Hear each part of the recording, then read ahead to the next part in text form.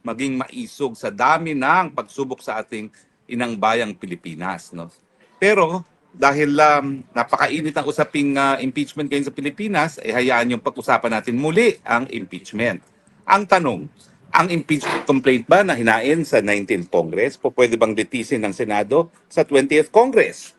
At syempre, ang paninindigan natin ay hindi po pwede dahil talaga namang ang termino ng kada kongreso ay natatapos kada 30 ng Hunyo, kada 3 taon pagdating sa mga congressmen at saka syempre sa kalahati ng Senado ay pagkatapos din ng 3 taon. Pero ngayon po, saksakan ng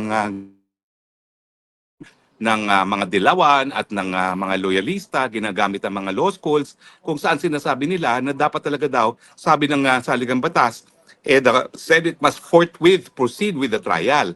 Totoo po yun. May ganyang provision sa saligang batas na forthwith. At totoo po ang sinasabi sa lalong mabilis na panahon. Pero yan po ay kung meron pang sapat na panahon para litisin nga yung impeachment complaint. Paano ka magpo-forthwith kung in the first place tapos na ang Kongreso? Kahit anong forthwith ang gawin mo dyan, kung tapos na ang buhay ng Kongreso, hindi mo na siya mabubuhay muli. Ang solution dyan, maghain sa susunod na Kongreso, pero dahil merong 1-year ban, kinakailangan antayin muna yung matapos yung pang-unang taon, matapos maisampang impeachment complaint na yan, at saka magkasampa ng panibago. Kung may buhay pa ang Senado, gaya naman na nangyari doon sa impeachment ni Corona, sa impeachment ni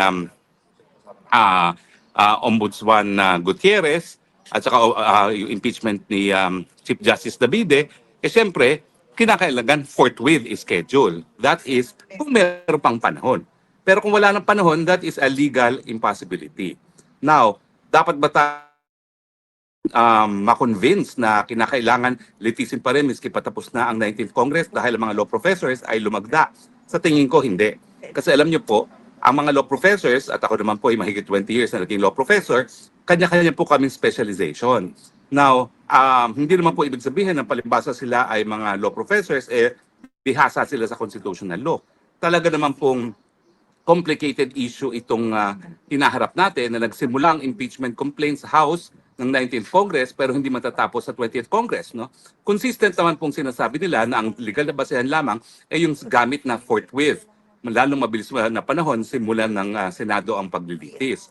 Pero yun nga po kung tapos ng Kongreso, yung forthwith, wala nang ibig sabihin yon kasi hindi naman po pwede mag-proceed ang isang Kongreso kung talagang tapos na ang kanilang termino. Now, may sinasabi sila na meron daw mga desisyon na nagsasabi na the Senate is a continuing body. Well, it is a continuing body only because yung kalahati nga po ng Senado ay hinahalal every 3 years. Ibig sabihin, walang panahon na walang miyembro ng Senado, hindi gaya ng Kamara de Representante, na po pwedeng magkaroon ng walang Kongreso. Dahil kada 3 taon, sila po ay hinahalal ng taong bayan. Ang problema, maski meron tayong 12 senador na natitira, wala naman silang quorum kasi ang quorum ay 13 at ang membership nila ay 12 lamang. So ang tanging meron lang sa Senado kapag hindi pa nahahalal ang 12 senador ng mga bago ay yung pagkakaroon ng Senate President. At sabi ko nga, ito importante na magkaroon ng Senate President para merong continuity in case at ang Vice Presidente, ang tatayong acting President is the Senate President. Pero siyempre unlikely naman yun kasi unlikely na parehong Presidente at Vice President mawawala. But in case mawala ngayong dalawa, nandiyan ang Senate President. At hindi mawawala ng Senate President ng Senado kasi nga, yung sa dosing yun, meron talagang Senate President na nakaupo. Now, ang aking sinasabi ay wala naman pong problema na maituloy ang impeachment pero antayin nila ang bagong Kongreso. At saka, i-file nila yan within yung pagtapos na yung 1-year period.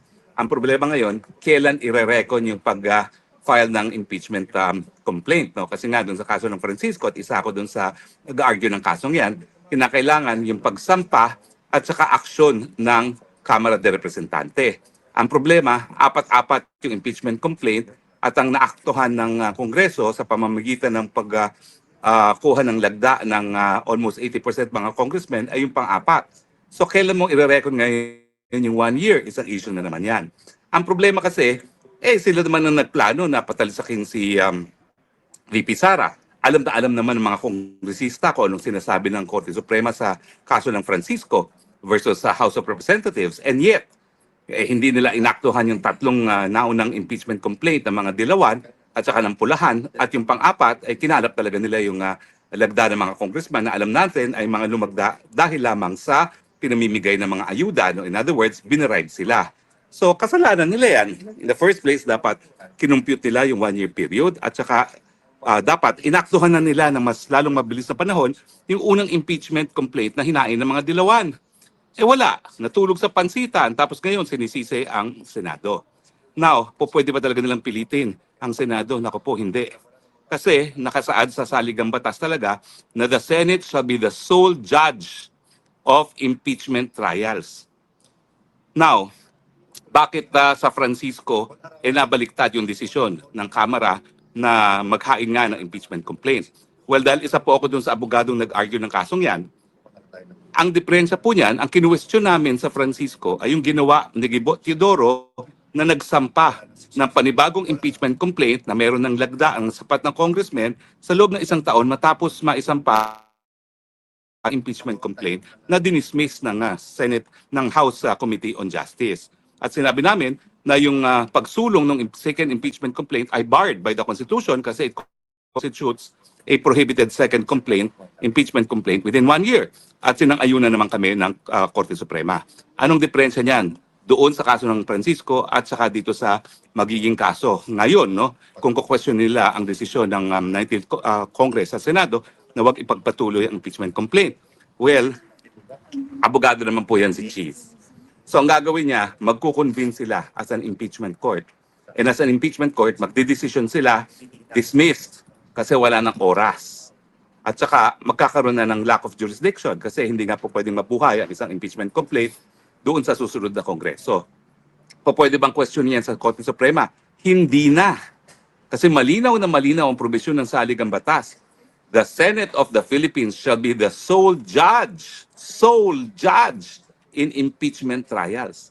At ang mangyayari dyan, pag sila nag-convene na as a Senate Impeachment Court, desisyon na yan ng impeachment court na ma-dismiss dahil lack of jurisdiction na nga, dahil ang ibig sabihin, dapat matapos nga ang paglilitis ng complaint na yan within the period or the term of the or on or before June 30, 2025 na imposible na.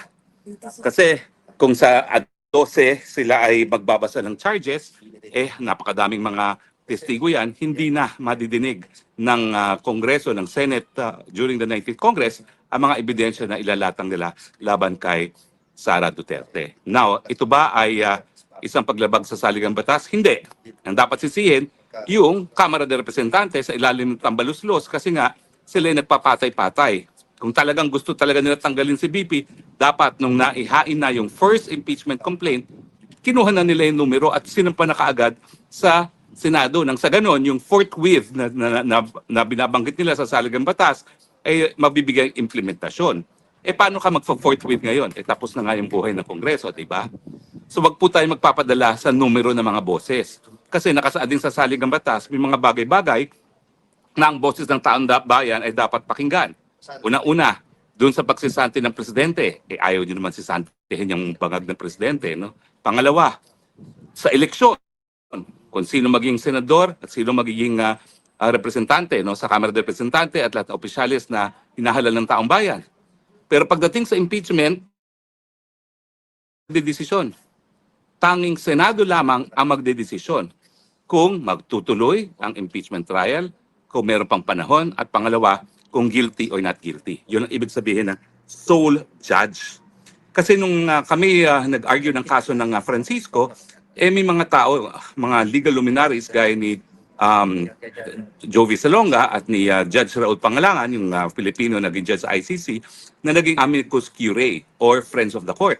At sila mismo nagsabi, maski na ang kino-question namin ay yung hakbang ng Kamara de Representante sa paghain ng pangalawang prohibited impeachment complaint, ang sabi ni dating Senate President Jovito Salonga, out of delicadeza, dahil ang ini-impeach ay isa sa membro ng Korte Suprema, hindi na dapat pigilan ng Korte itong impeachment trial na ito.